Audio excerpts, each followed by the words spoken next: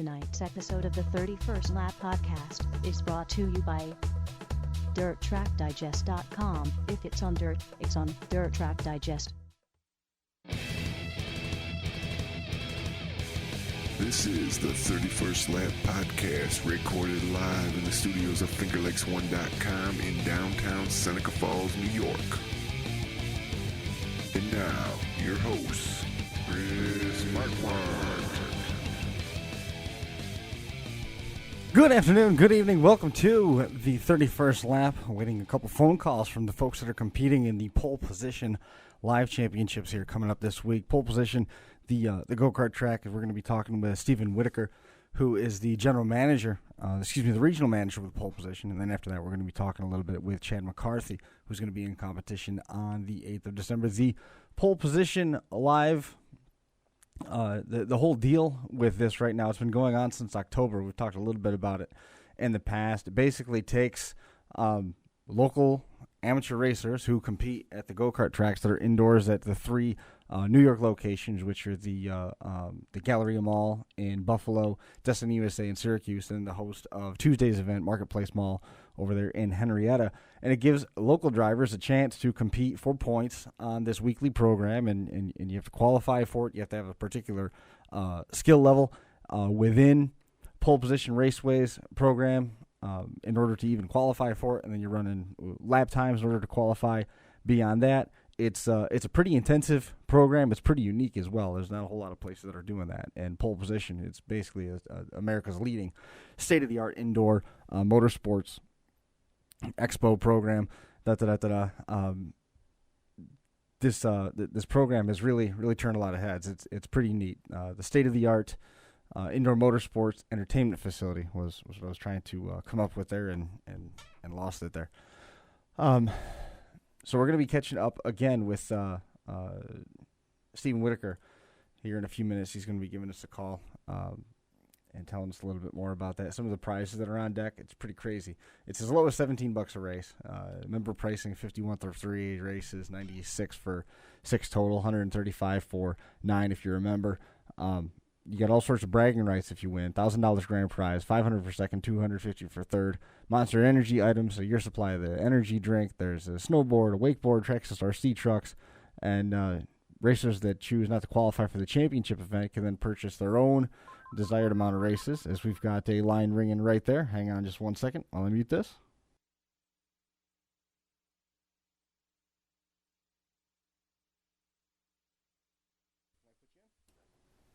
Awesome.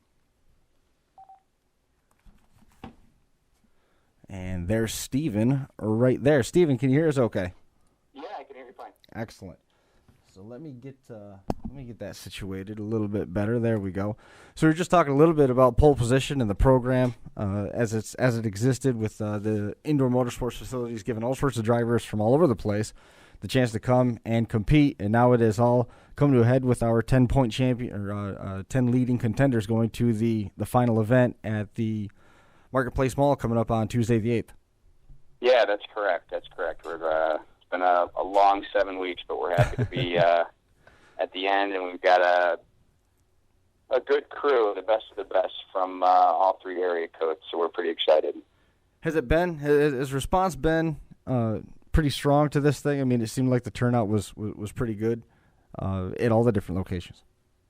Yeah, it has been, and what's really been interesting is to watch the pool of spectators grow from week to week as the racing's just gotten better and better. Right. I think when we started, we knew that it would certainly be attractive to racers.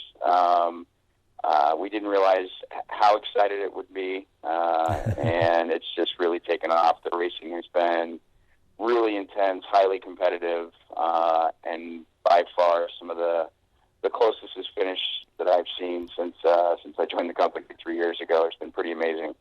And nothing like this has ever been endeavored before. No, and what's interesting is the whole Pole Position Live idea was really a few different ideas that came together at the perfect time. We were, our members and our regular racers were asking for something that would give them a really high level of competition And we also noticed that there was a little bit of a rivalry going on in between the stores about, who is the best in upstate. Was it the Buffalo guys or the Rochester guys or the Syracuse crew? And on top of it, we really wanted to reach out and show just the competitive nature and the authenticity of what we do to the community at large. So that gave us the radio idea. We'd been connected to Paul Schmall for a few years. We use him to do play-by-play announcing at the facilities from time to time.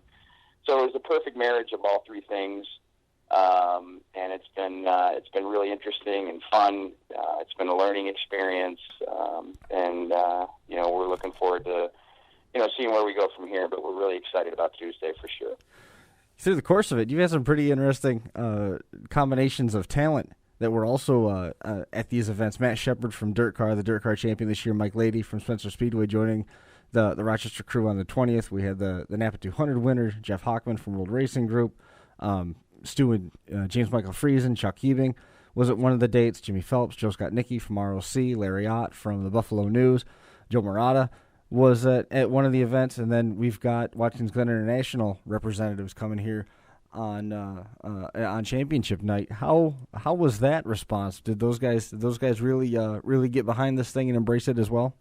They did. They were really excited about it, and of course we, we're all racers at heart here, and through our various sponsorships and partnerships, and really all the racing communities across New York State. We had good relationships with a lot of them, and their input was both valuable, but obviously their representation as guests for the show was really important. Not just because they have a voice and would bring an audience that would listen to a new startup show like this, but it also embodied what we are. That we're built by racers for racers. But racing is a very broad term. We have go-kart racers, we have motocross racers, we have asphalt, dirt, sprint cars, sportsmen, we have SCCA guys. And this tournament really embodies that, and certainly our guest list and our support from people within the motorsports community across New York captured that also. You talked about how it was built by racers for racers. How much did your maintenance bill change once you started this program?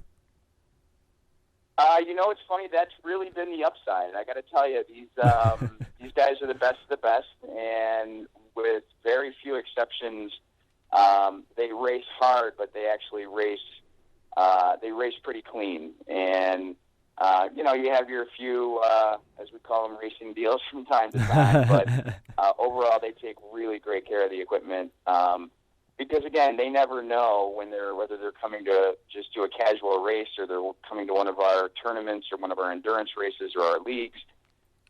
They don't know. They don't get to pick which cart they're in. So it's in their best interest to take care of every single cart every time they race, and they really do that. They push the carts to their limit, but they take great care of the facility and the equipment by far.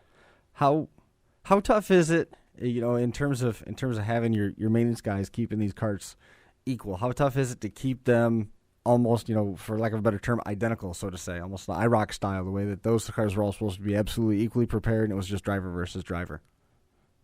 What's funny is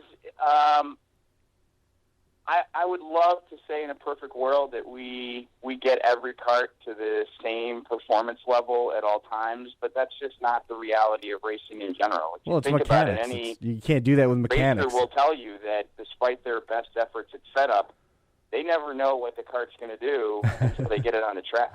And even after a practice session in NASCAR, you'll see them make adjustments right before they go out, and they'll make more adjustments before the green flag drops, and they'll make adjustments during pit stops because, it's a machine, and it's an imperfect machine being raced by an imperfect driver. So, that's really one of the authentic parts about this is, we could have a cart that is just putting down consistent high lap times all week long, and for a couple of days, it's really sought after by the members, and then that cart goes to sleep for a week. So it's really hard to predict. The mechanics do a very, very good job for us. Every facility has a completely enclosed shop. We keep a parts inventory that would literally allow us to tear apart a cart and put it back together again with just what we have on hand. And they're really talented guys. They're usually have a background in racing. We have several who race go-karts either professionally or semi-professionally.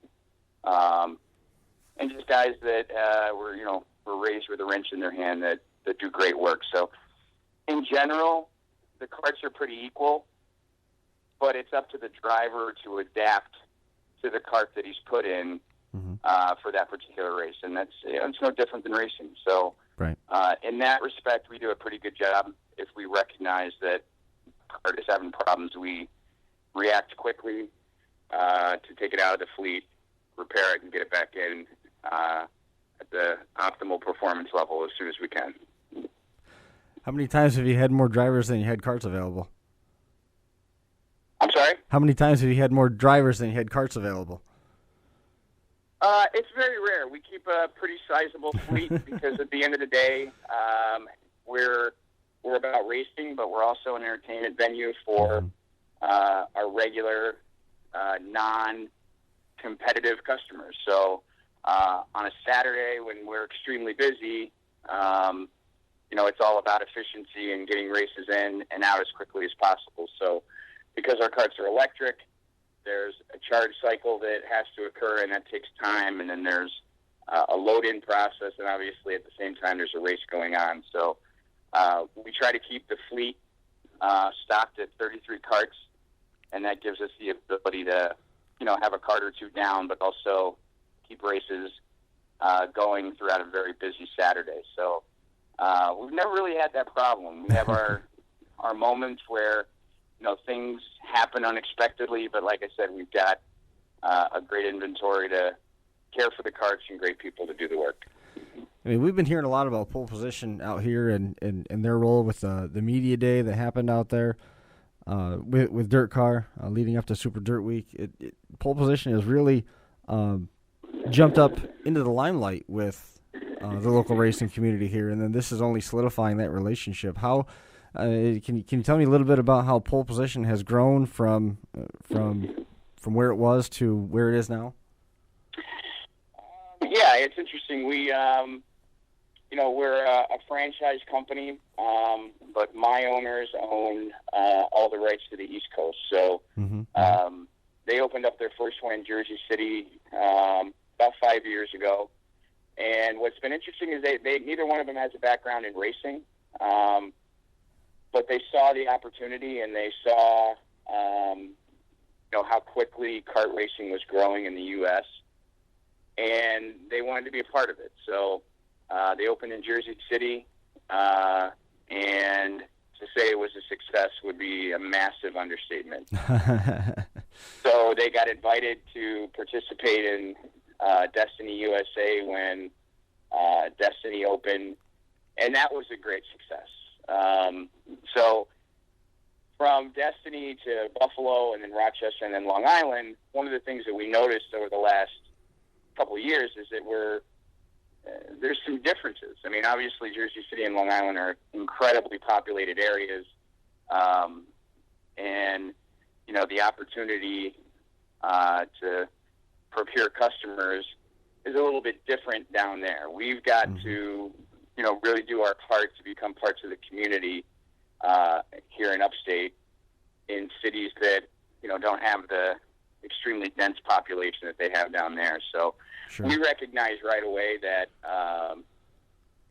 that racing is really ingrained in all of the communities in upstate New York, whether it's asphalt tracks at Oswego and Lancaster or the dozens of dirt tracks. So we recognize that our customers were at a dirt track or at a racetrack somewhere on Friday to Saturday night, so we needed to get out there and find them and partner with those facilities, not just to get our message out there, but to really show them that, we really are all about racing. One of the relationships that's really taken off is one of the relationships that makes sense for it to have taken off is that relationship with the go-kart track up there at Oswego Speedway. How much bleed over have you seen from there? We just started our partnership with Oswego this year, and we started kind of small, but I found it to be a very productive start, and I've already had some conversations with Dan late in the racing season about strengthening and building that relationship for next year. So there's no question that is a fantastic facility, and there's a big audience up in that area to bring our message and our brand to. So we're excited about that relationship and building it. And a lot of people, it's interesting. A lot of people think that you would want to stay away from facilities that offer their own go-kart racing venue, but we feel differently that our businesses are different, and they have a large audience that supports the sponsors that support those facilities. So we're excited about the potential. When you were talking about the different landscapes between what we have here in Syracuse, Rochester, Buffalo versus what you see down on Long Island and what you see down in New Jersey, that combination of our group up here, do you see the drivers that are going to pole position? Are they taking it more serious here because the area is so saturated with racetracks? I don't know that they take. I think the hardcore racers, it's a mindset. You know what I mean? Mm-hmm. And I think that transcends an area code or a zip code, and even languages. So I think that I see a difference in driving style at times, but the intensity of a highly competitive racer is really the same whether you're in Florida and Long Island or Syracuse. But I will say that one of the things I've noticed is that a lot of the racing fans, we notice them frequent our facilities, I think, at a much higher rate because it really gives them an opportunity to get out and race and do what they love watching other people do. So in that way, I think I've noticed a difference that we get some of the racing teams, we see them this time of year, once the season ends and, the long shop hours are over for at least a few weeks. But the race fans are extremely involved in coming to the facility, which is great. Do you have like the pole position black license or something like that lets you jump line anytime you want to? Well, we do have a Legends membership that's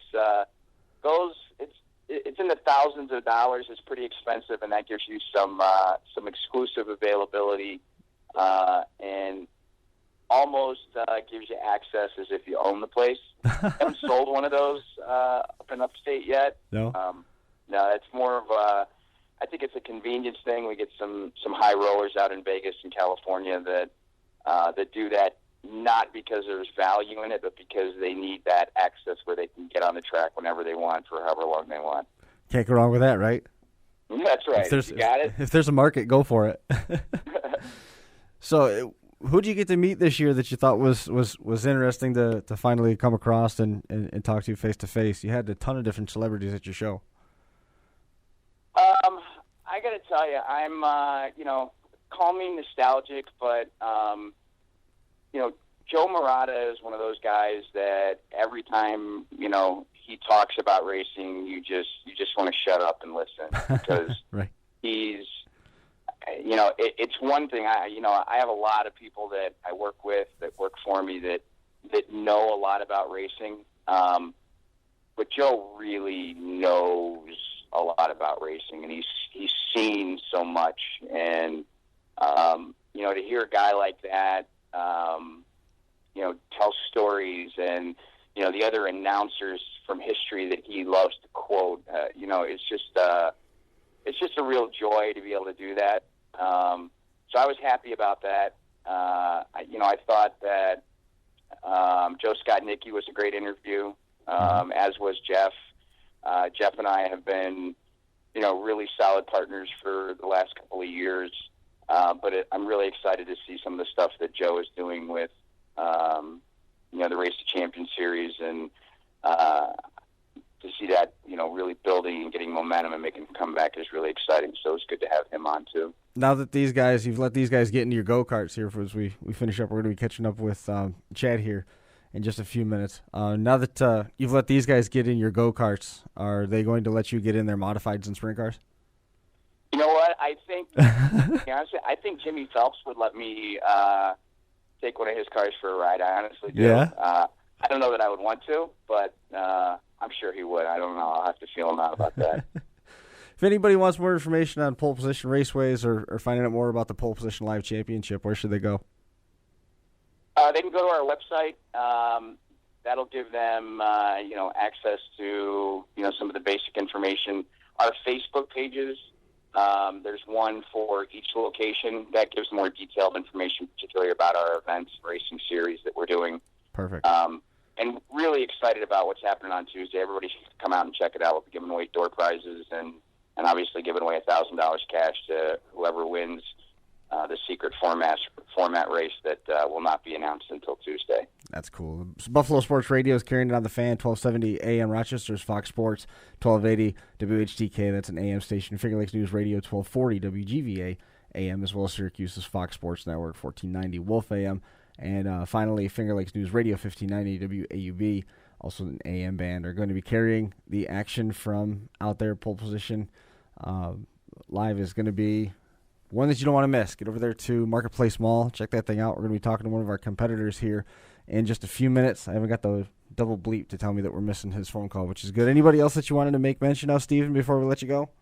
No, that's it. Glad to talk. Man, I appreciate you coming on the show tonight, and wish you the best here coming up on Tuesday. Great. Thanks a lot. Thanks, man. There goes Stephen Whitacre, regional manager from Pole Position Raceways. We're going to be getting in touch here in just a few moments with Chad McCarthy coming up here, waiting on his call, due in at 7:40. Wanted to make sure that line was open for him. So something's pretty cool. Matt Shepard was one of the guys that made an appearance out there at one of those shows. Chuck Heaving, that's one of the guys that wouldn't mind trying to drive a go-kart myself, because I'm pretty sure that I could pick up a few notes from watching that guy, former Patriot Sprint and Empire Super Sprint champion. Mel Thomas was there as well, longtime announcer and videographer. And we talked a little bit about Dan over at Oswego Speedway. They've got that relationship that's continuing to grow with the dirt track, or the kart track over there at Oswego. Watkins Glen International personalities scheduled to be on hand at the championship event December the 8th over there at the Marketplace Mall. So Chad's getting ready to do battle in this event. He made it as one of the final 10 qualifiers that were going to be eligible to go and compete. And the format at this point is still not been released, as Stephen alluded to. So we're kind of watching a little bit, see if maybe we can get some information from Chad about what he's expecting, or possibly even what he hopes to see out there. I'm anxious to get in touch again with Larry Ott. I missed him over Thanksgiving when he was in competition on the 24th out there in Buffalo. Larry is a good friend of mine, actually. We got to know each other a little bit from working at Watkins Glen International, and then through Dirt Car and some of the trips that we made out there with the tour to Ransomville Speedway.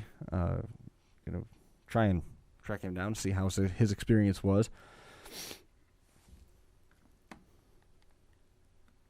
I don't know if I'd want to do it, to be honest. I'm starting to think more about it. You got all these remarkable talents in racing. I don't know if I would want to go out there and try and lock horns with those guys. I'm trying to think a little bit more about it. I don't want to go out there and look foolish. You know what I mean? It's going out there and pretty much evenly matched electric karts, and you're racing for time, and if you score enough points, you got a shot at going for $1,000 here, just like one Chad McCarthy. Let me meet this line quickly, and we'll be right with you. You there?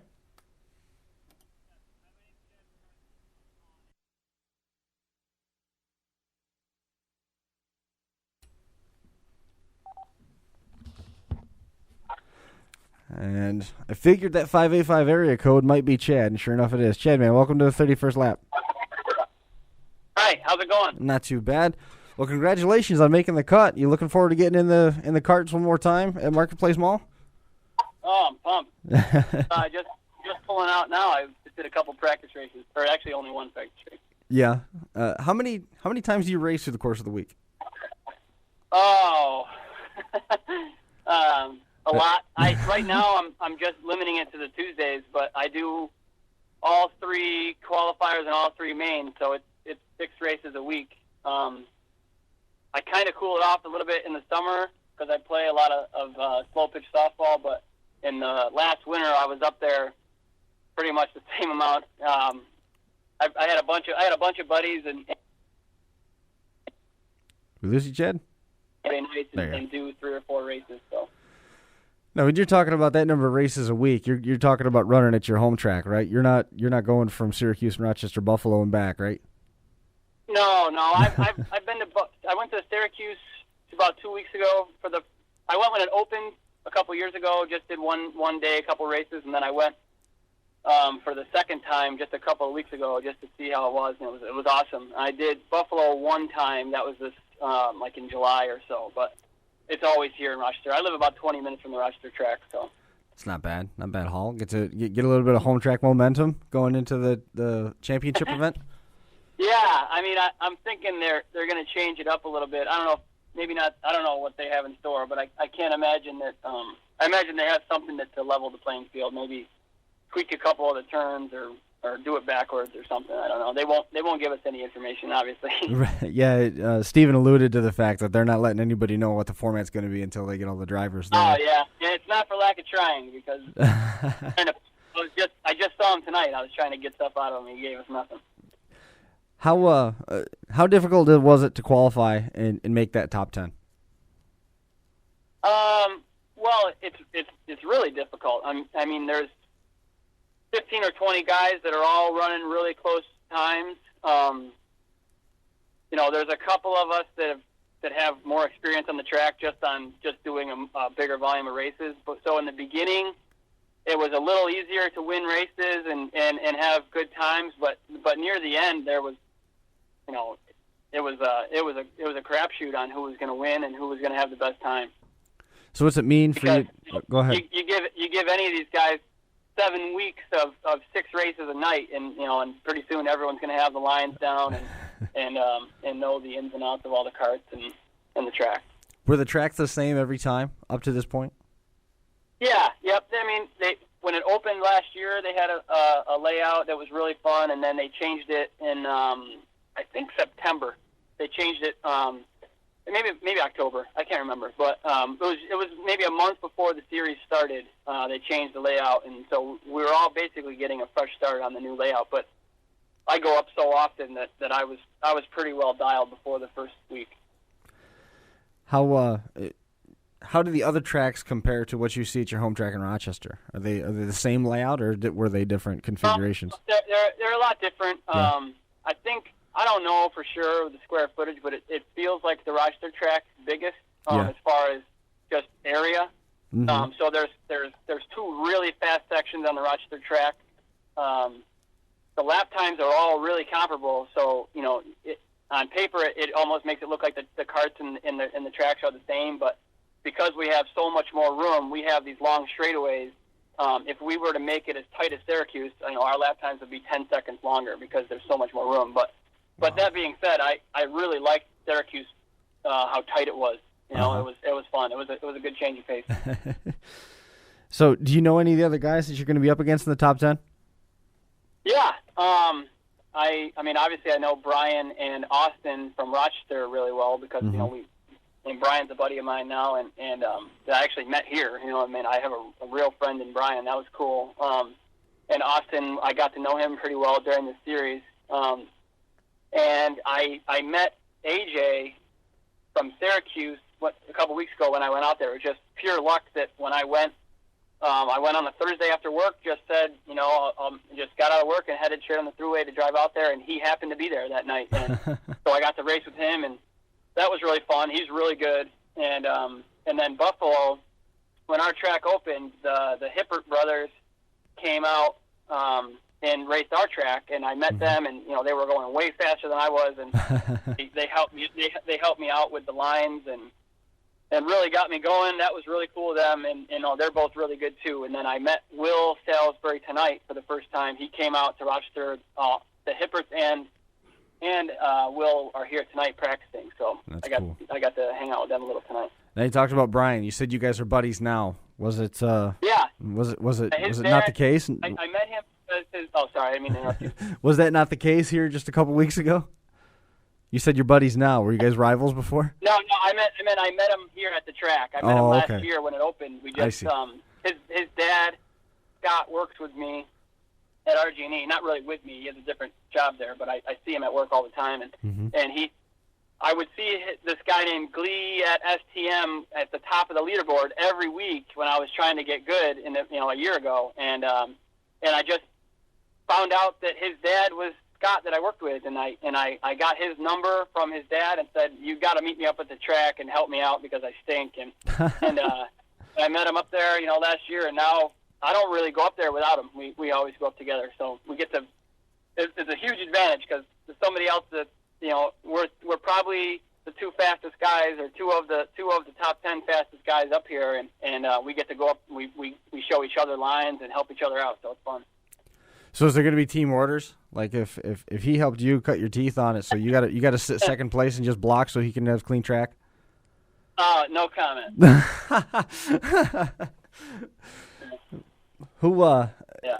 You talked about being 20 minutes away from home and things like that. How's your experience been so far? I mean, I know you talked about how tough it was to qualify, and you got to meet some neat guys and people that before were really names on leaderboards and stuff. How's the experience of this whole thing been? Oh, it's amazing. They've done a little events before, but nothing like this. Mm-hmm. Nothing where you're going to see the same guys every Tuesday, and you're going to get potentially six races. It's a good deal for the money as far as you go up there. You do the qualifier. If you make the main event, you don't even pay for the main event. So it's almost like buy one get one free if you're on your game. And it was a blast. I was a little nervous, that this is the first time thing that would be, there'd be some hiccups and stuff, but it was really smooth right from the get-go. They had the point system figured out, and they gave you little incentives and bonuses for lap times, and it was awesome. Couldn't have gone better. So, hopefully this is going to be something that comes back on the menu for next year. Yeah, I mean, I'm in for sure. I imagine that.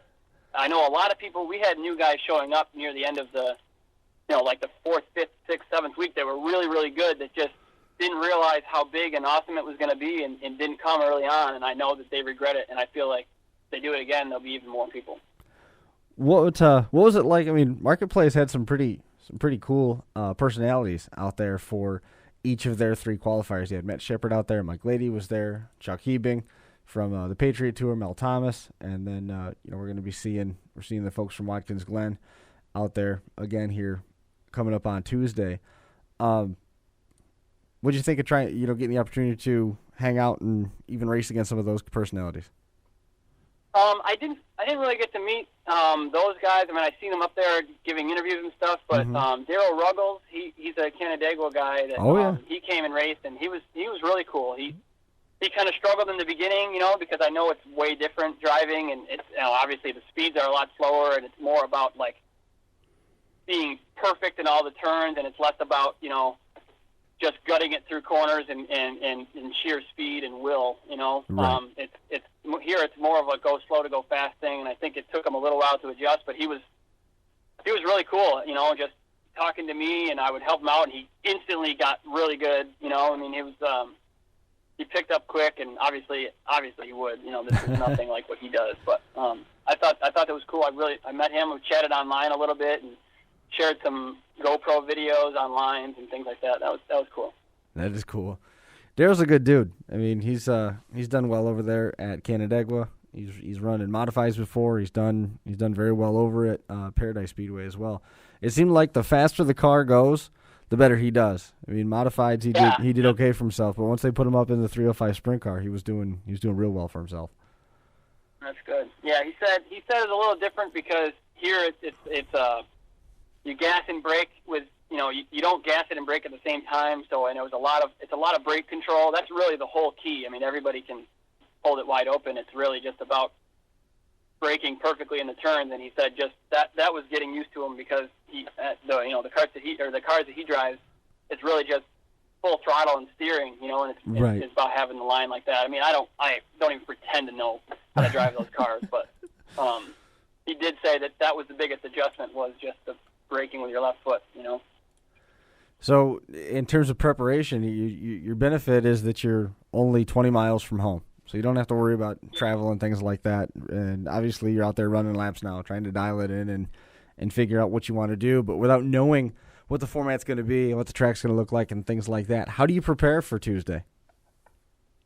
Oh, I guess play Gran Turismo on PlayStation or something like that. Right. That's it's funny, but that's really, I don't have any car experience. I played way too much video games in my life, and I think that must be the only reason why I'm any good at this.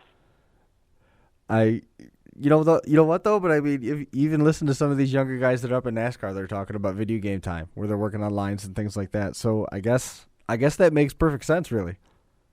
Yeah, I mean, it's funny, but you go play like easy arcade games, and it's just gas and steer and crash and things like that. Right. But the games like Gran Turismo, where it's like all about braking and you feel like you're crawling around the turns, it's way more realistic, and that's how this is. I mean, it's scary to go as slow as you, because when you get in the karts, they go so fast, relatively fast for what normal people like me are used to.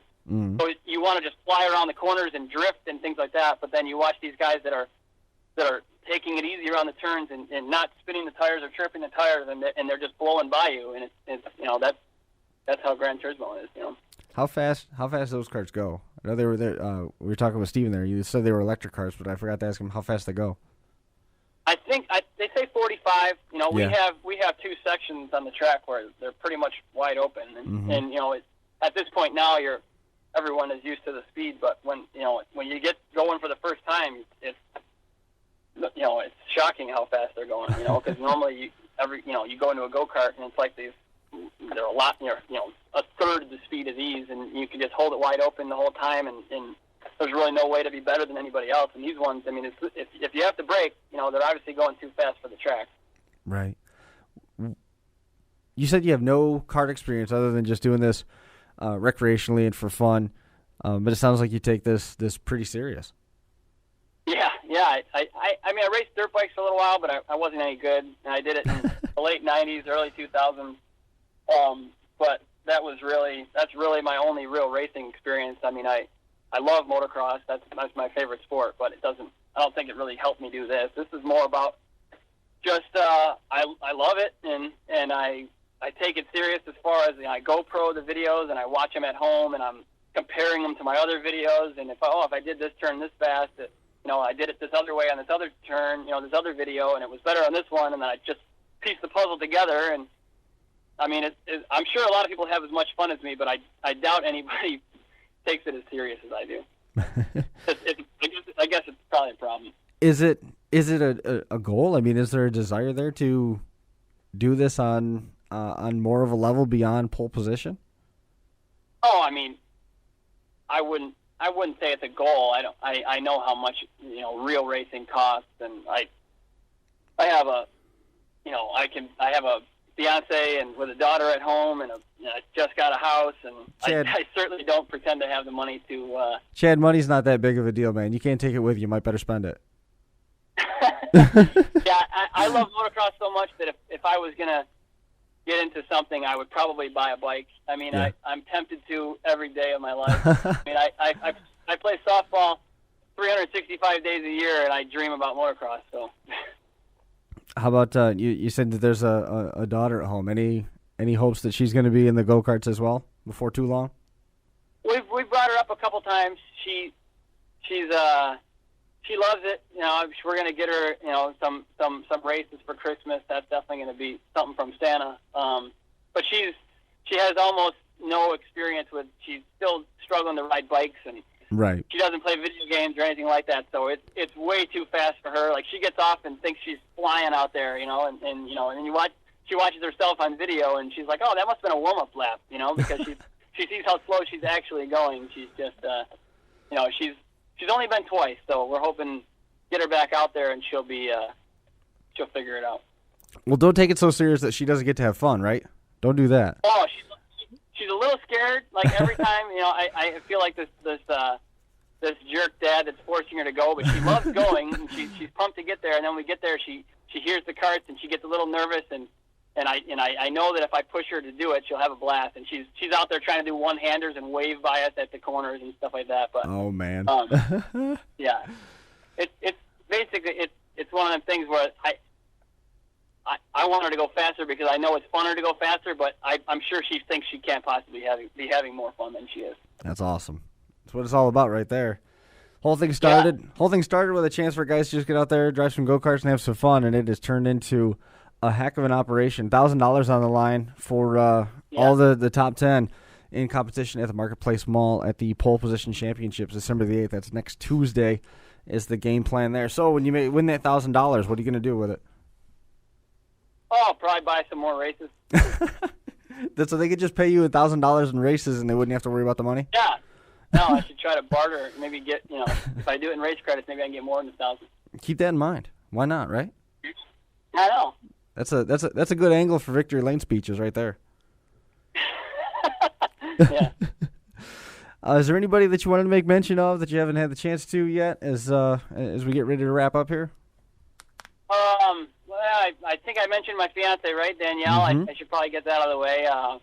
My dad, he's listening right now. He needs to lose some weight so he can come up and try to battle with me. Holy cow. Poor dad. Well, I just saw... My Uncle Scott's really good, but he needs to get his hip fixed because he's too afraid, because he can't bend down to get in the cart right now. Yeah, we don't want to do that.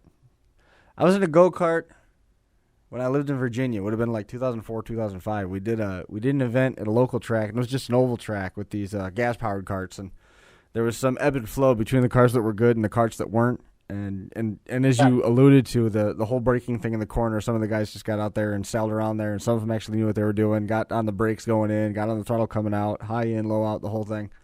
And they were doing pretty well.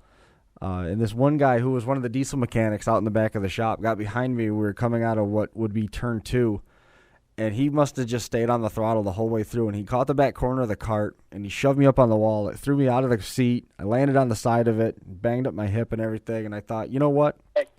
This is a lot of fun when you stay in the cart. Yeah, nothing like that can happen up here. It's pretty safe. But it's funny you say that about different carts being different speeds and stuff, Mm-hmm. The mechanic up here, Alex, he just does such a good job with these carts that I mean, you're talking a tenth difference between the slowest and the fastest cart. So if you're good enough, you can win in any cart. And I don't know how many pole positions can say that because I don't have experience with other places, but I know that I can't imagine it being any better than it is here in Rochester. And it's a good spot to do it because, it's going to be fair. Nobody can complain what cart they get here. That's for sure. Good endorsement. Good endorsement for the Marketplace Mall event. Again, that is the home of the Pole Position Championships at Marketplace Mall, December the 8th. Chad McCarthy is going to be running out there. Man, we wish you the best of luck. I appreciate you coming on the show tonight. All right, thanks for having me. We'll catch up with you real soon. Good luck. All right, thanks a lot. Stay in touch. Let us know how you make out. All right. It should be first place, but keep an eye out. Let's hope so. Going to be cashing in $1,000 in race credits December the 8th. Chad McCarthy, right? At least 1,000. Sounds good, man. Good luck. Yep, bye. And there goes Chad McCarthy. He's going to be racing in the Pole Position Championships coming up here on Tuesday. Good talk with those guys. Had a lot of fun with them. That's something that everybody should be tuning into coming up next week. Jump online, Pole Position Raceways. Also, they've got individual Facebook pages for each of the 3 pole position venues that are within shouting distance of here. There's the one at Marketplace, there's one at Destiny USA in Rochester, and the Galleria in Buffalo. That is going to do it for this edition of the 31st Lap. Appreciate everybody hanging out with us here. About 45 minutes worth of 31st Lap. We've been off here for a couple weeks, but hopefully we'll get back into a regular swing of things. That's going to do it for this edition of the 31st Lap, and we will see you right back here again next week.